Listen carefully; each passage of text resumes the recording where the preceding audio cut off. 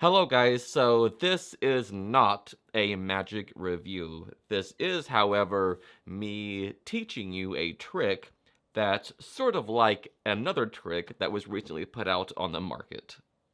The trick that I'm talking about is Ultimate Free Choice by Alexander Herman. Now, why am I doing this? Well, for two reasons. I love the trick. It fooled me badly, and that's the thing. I think it's strictly designed for magicians to be a magician fooler. Because we all know the best way to fool a magician is to use methods that we're not used to and ones we think would not be used in this particular effect. Now, what's being done here, I think, is unnecessary method wise for the general public. The things that you need for this effect, I just think are unnecessary to execute this effect. You can do the same trick with just a simple deck of cards, and that's it. I'm not going to get into how it works or what you get in the box, and I'm not going to tip the method, but I will say that you just don't need what it comes with for this effect. Having said that, I'm going to teach you a alternate way or an impromptu way to do pretty much the same effect. But this is just my opinion, and the trick is good, and if you want to carry around extra stuff just for this trick alone as a standalone piece, that's totally okay. I just don't prefer it. So I hope that you will still give this trick a purchase to support Alexander, who is an incredible magician. And without further ado, I want to show you my handling on this. By the way, I'm not saying that this handling is better and that I'm in some way more clever than Alexander. This is just the way I like to do it per my style. And if you like my style, then I think you'll like this as well. So let's get into it.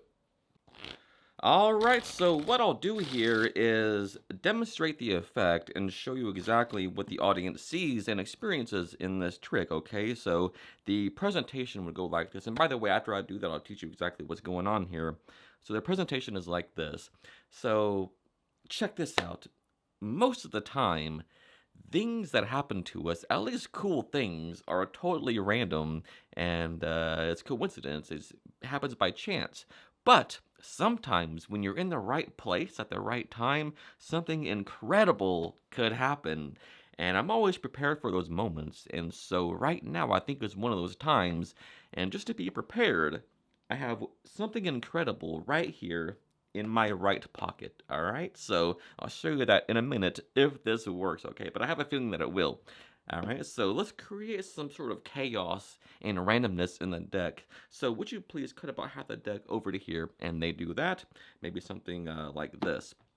Now, what we'll do here is create some chaos and randomness in the deck by doing this, and we'll give them a shuffle. So all you have to do is smush them together like this, and so they do something like this. Now check this out. A random display of cards that nobody could have controlled, not even me. So what we'll do is we'll start taking away cards. And so would you please take your hand anywhere in the middle here and push a good chunk toward yourself, and they do that. Maybe something like this. Now this is interesting here. There are two piles left.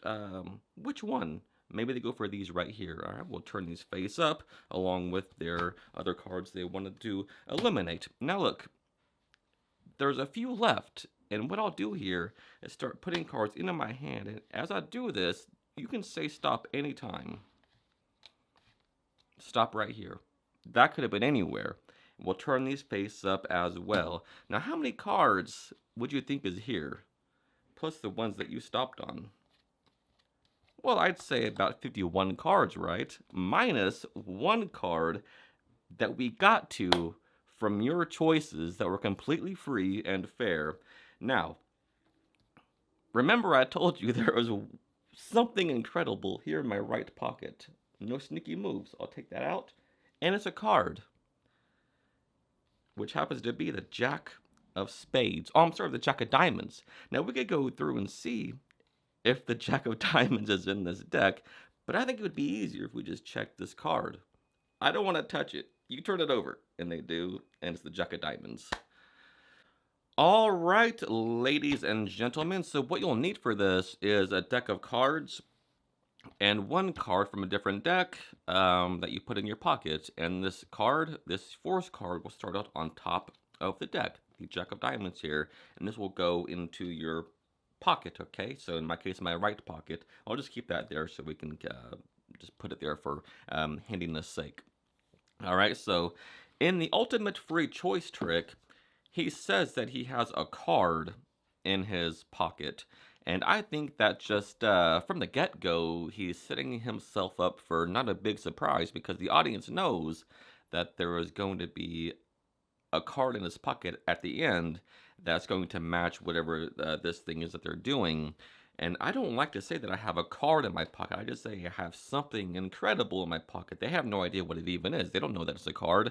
And so the whole time that the audience in that trick, the ultimate free choice trick, is doing this procedure, they kind of know that they're going to get down to one card, which will be the card in the pocket. So it's not really a big surprise, right? So in this case, what I say is I have something incredible in my pocket, and then we go through this whole thing, and they have no idea that they're going to ultimately pick a card that's matching my prediction. So don't call it a prediction, just say that you have something in your pocket that you're going to show them in a minute. So you can give the deck some shuffles, just maintaining your card on top of the deck, right? Your Jack of Diamonds, or whatever card that's in your pocket, the matching card. Now, you start talking about, and this is a cool John Bannon line when he says, you know, most of the time things that happen to us is completely random, but sometimes when you're in the right place at the right time, something incredible might happen. I love that line, and it fits into so many card tricks, especially this one.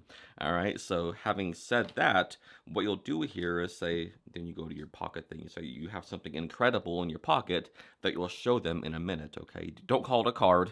Don't call it a prediction. Just say that you have something incredible in your pocket. They have no idea where this is going right now, right? So now you say that we're going to create some chaos and some randomness in the deck.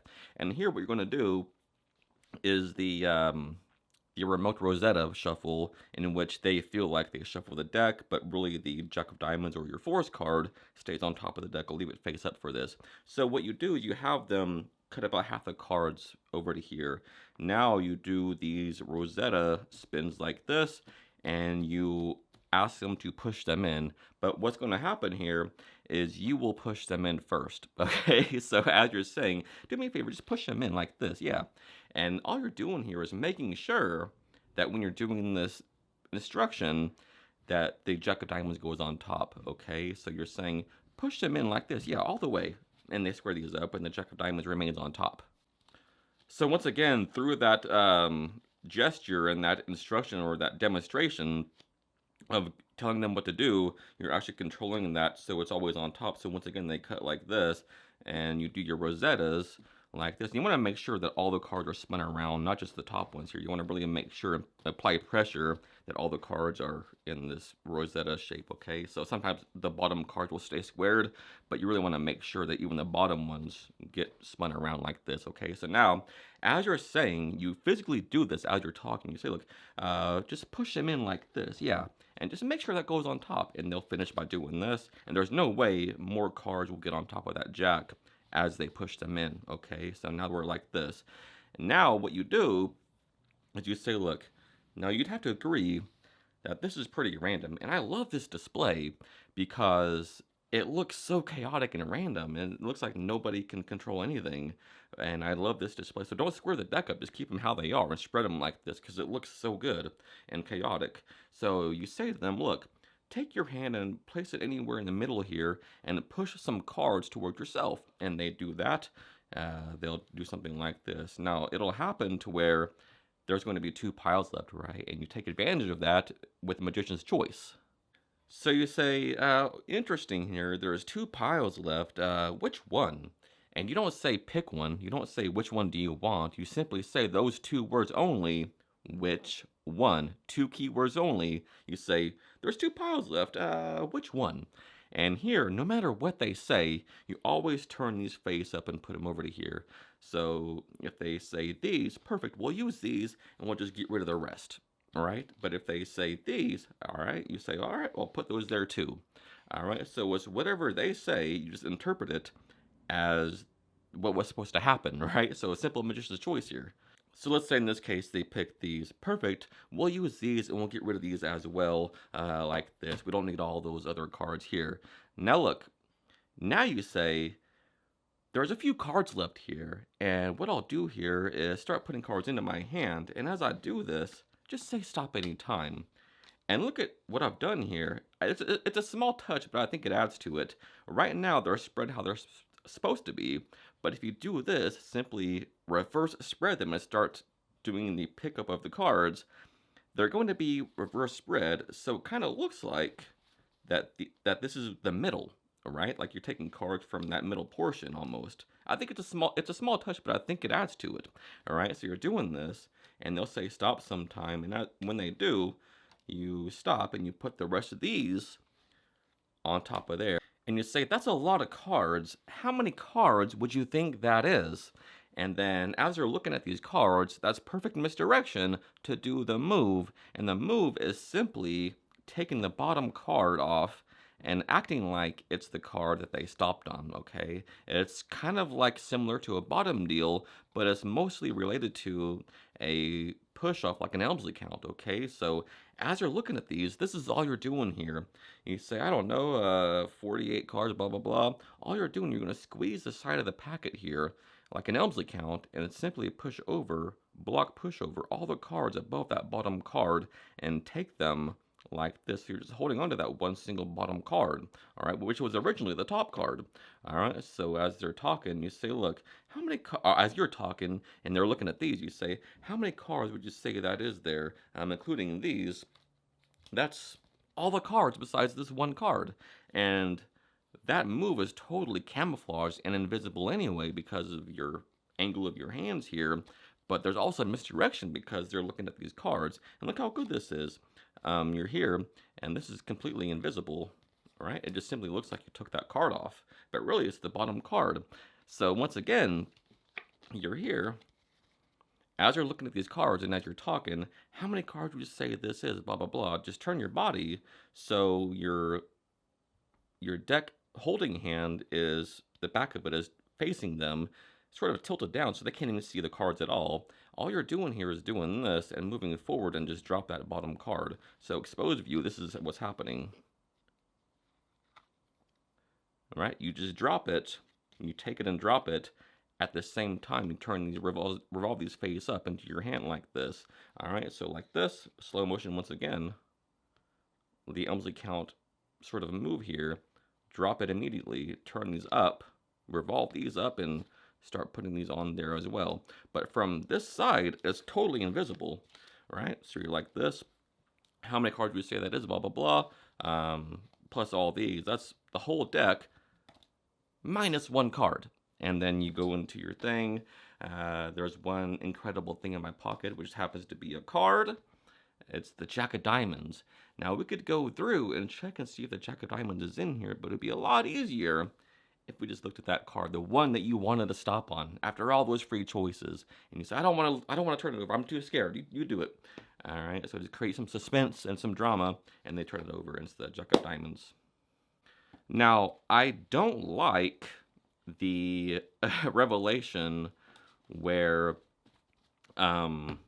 you pull multiple cards out of your pocket via the ultimate free choice trick, where there's duplicates in his pocket, because I think that telegraphs the method.